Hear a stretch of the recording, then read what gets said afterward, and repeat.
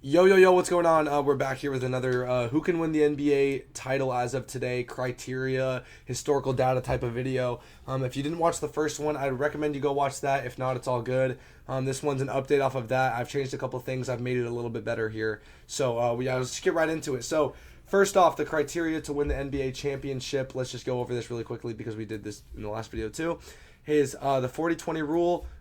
Winning 40 games before losing 20 games, very simple. The last team to win a championship and not do this was the 2006 Heat. Obviously, 2021 year has an asterisk next to it because it was a late start and everything. Next is a top 10 defense and a top 10 to 15 offense. Like I said before, top 10 defense matters a little bit more than the offense here, but if you have a top 10 defense and top 10 offense, it's going to help statistically the chances of that team winning the championship by a lot. And then finally, top 5 to 8 player on the roster, top 5 to 8 player that year. I'm not saying top 5 to 8 all time. That's why Curry's not in the top 8. Okay, that makes sense. You have to be top 5 8 this year. All right, let's go over the top 8. So some people in my last video were arguing. For some people in the comments, I got a lot of Wemby arguments. Some people said Cat wasn't over Tatum, but then again, this isn't necessarily in a legit order. This is just me putting the top 8 players on the list. So it's not necessarily in an order, but it looks like it is just because of the top 3.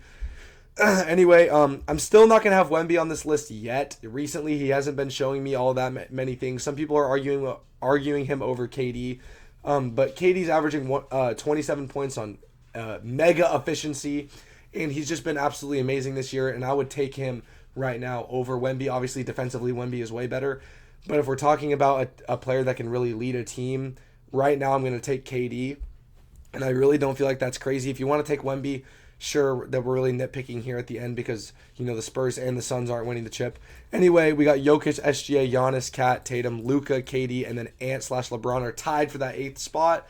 So it's like 5 to 9 really right now. But, Ant and LeBron, right now I'm going to have them at the 8th spot together tied. So moving forward, if you guys want to go to this link here, I have it here. Just go to the finals odds for FanDuel. They know about this criteria that we're talking about, and this is why the odds are the way that they are. The Celtics are the favorite, closely followed behind the Thunder, and then the third favorite to win the title is the Cavs, and it's a pretty big gap. It's like Celtics are like plus 195, Thunder are like plus 230, and then the Cavs are like plus 900. So it's like that's a big gap, and it's because they know about this criteria. And before I even looked at this, I already made this list. Believe that if you want, but let's go and move forward to the exceptions. I went over this in my last video, so I'm going to make it really quickly. Potential exception teams to make the finals, not win, maybe win in like a crazy scenario with injuries or something, is a top 10 to 15 offense and top 10 defense, really stressing that defense here. The higher the defense, the higher chance you have at making the finals as an exception team. Top 5 player that year, and did not follow 40-20, but was potentially not at full strength for a good part of the year or made a bunch of trades at the deadline. A lot of parity for that this year because of the trade deadline. For example, 2024 Mavs trading for all those people, 2023 Heat with that amazing number 1 defense, 2022 Celtics, and then the 2023 Lakers for all those trade deadlines that they did, and then the Celtics just turned up in the second half of the year. That was a crazy thing. If anybody remembers that, the energy has shifted. Little note I like to make here. A team that follows all original criteria will most likely beat an exception team 8 out of 10 times. If a team follows all the original criteria, it's going to be really hard for any team to beat them. Just look at the Celtics last year. They followed it, and I know they had injury help in the playoffs, but they would still probably would have won anyway. So moving forward, let's get into the actual teams and talk about the actual teams that are following the criteria as of today and could actually, have a chance at winning this. We're looking at the Thunder. They have completed 40-20, and they have a top 3 player, and they have a top 10 offensive defense, and they have not been healthy the whole year. Woo! Man, the Thunder. They are an absolute amazing favorite to win the finals if you're looking at teams here. They're second in the sports book. I mean, they haven't even had Chet for a majority of the year, and they are absolutely killing it as a team here. Moving on, making sure my stuff's in frame here. The next up, I have the Celtics. top 10 offense and defense, top 5 to 8 in Tatum, and key players miss games a lot. The Celtics are also a heavy favorite in the sports book because they won last year. People know what they can do in the playoffs. And right now, this is my personal opinion, they haven't completed 40-20 yet. I really don't think it's going to be that big of a problem. I think that they're going to do it. The Celtics, I feel like, are kind of coasting in a sense. I'm not saying they're doing this on purpose, but I think they're coasting, just trying to get to the playoffs, and then that's when we're going to see that team that we saw all of last year. If you look at their team, they are constantly missing, one of Tatum, Brown, Holiday, Derek White, Porzingis, Al Horford. It's really rare you get all of them together, and that's obviously what we're probably going to get in the playoffs is all of them together. So the Celtics still a heavy, heavy, heavy favorite for me. The next team that we're going to have on here is going to be the Knicks. The Knicks are a dangerous team.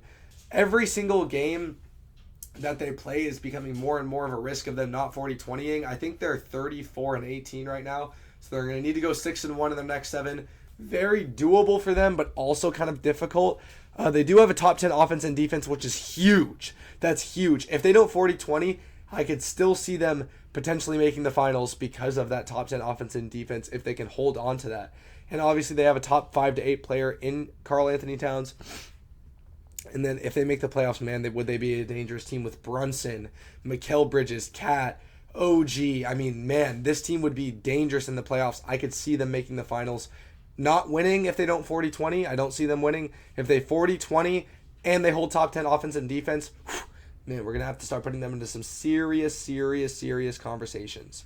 Okay, next, we're going to be talking about the Cavs.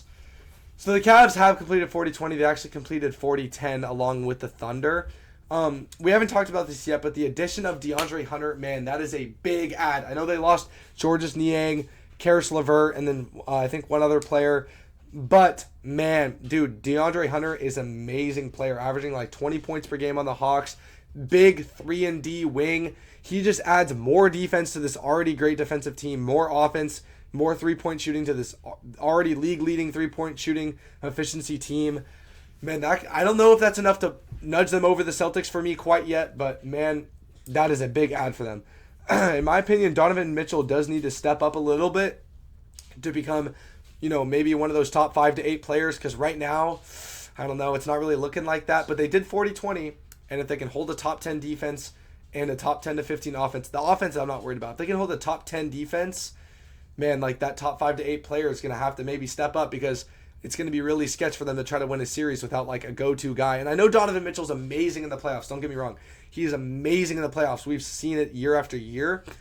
Just against these other superstars in a 7-game series, it's going to be close. I still love the Cavs though, and I do think that they could totally make a run at the finals and maybe even win depending on Donovan Mitchell here in the playoffs. So next we're going to be talking about the Nuggets.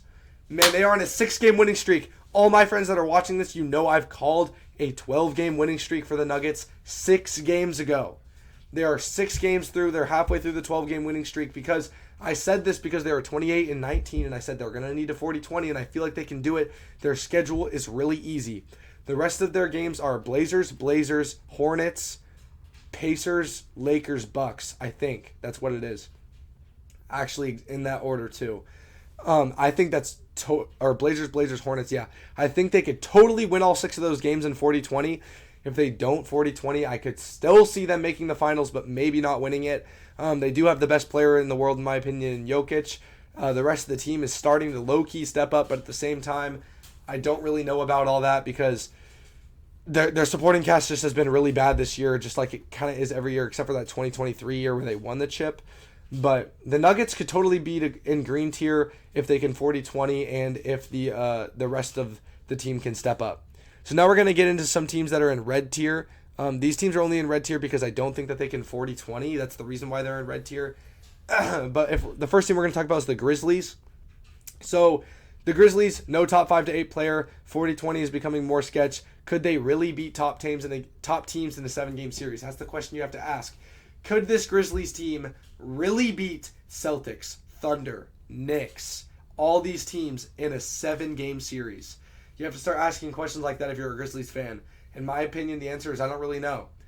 Could they 40-20? They're kind of on the brink of it right now. I'm not too really sure. But they could maybe do it. There's definitely a percent chance that they could 40-20 if they just, keep winning games and start winning against some of these top teams. The next team or the last team that actually has a chance to follow the original criteria is the Lakers. So they have to go on a 9-game winning streak to close out the year. I think they have to end on a 14-game winning streak, 240-20.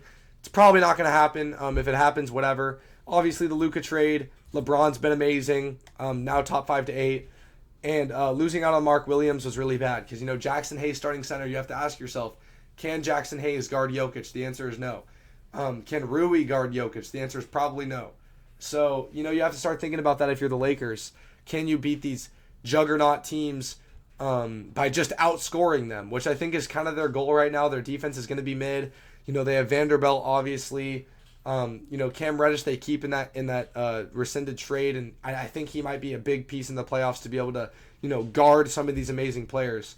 So for the Lakers, it's going to be sketch just because of the 40-20. Now I'm going to quit. This is already 11-minute video, so I'm going to go really fast over the exception teams. It's the Suns, Mavs, Timberwolves, and Bucks. The reasons why these are exception teams is because they all have a top 5 to 8 player, or the Mavs kind of do in AD, but the Mavs defense is going to be really good. And if they hold AD until the playoffs, I know he's injured here, but if they hold AD until the playoffs, I think that they might have a chance to make the finals again, but probably not. All these teams have really no chance to make the finals. Maybe the Bucks can, but probably, these are all teams that just, I could see making the finals, and I wouldn't be shocked. I would just be like, damn, okay, they really did it. Like the Timberwolves, Ant's that guy. I could see him maybe going crazy in the playoffs, maybe getting some injury luck with other teams. But all these teams really have no chance at winning anything. It's just like, could you see these teams going on a run in the playoffs? Like maybe. That's kind of what these exception teams are. But really the teams that we're looking at is going to be 1, 2, 3, 4, 5, 6, 7. These 7 teams are really the teams that we're looking at here. And as time goes on, this list is only going to get smaller. We're going to be going more in depth into it because right now these are really the only teams that can win the finals statistically off this historical data. So thank you for watching. I'll see you all in the next one. Peace.